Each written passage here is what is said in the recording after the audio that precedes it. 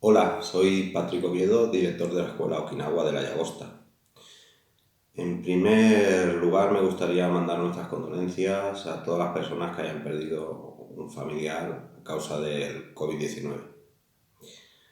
Durante estos días, nosotros no hemos querido dejar de lado a nuestros alumnos, ya que gracias a ellos la escuela sigue viva. Intentamos estar todo lo que podemos en contacto con ellos, ya sea a través del grupo de WhatsApp o redes sociales.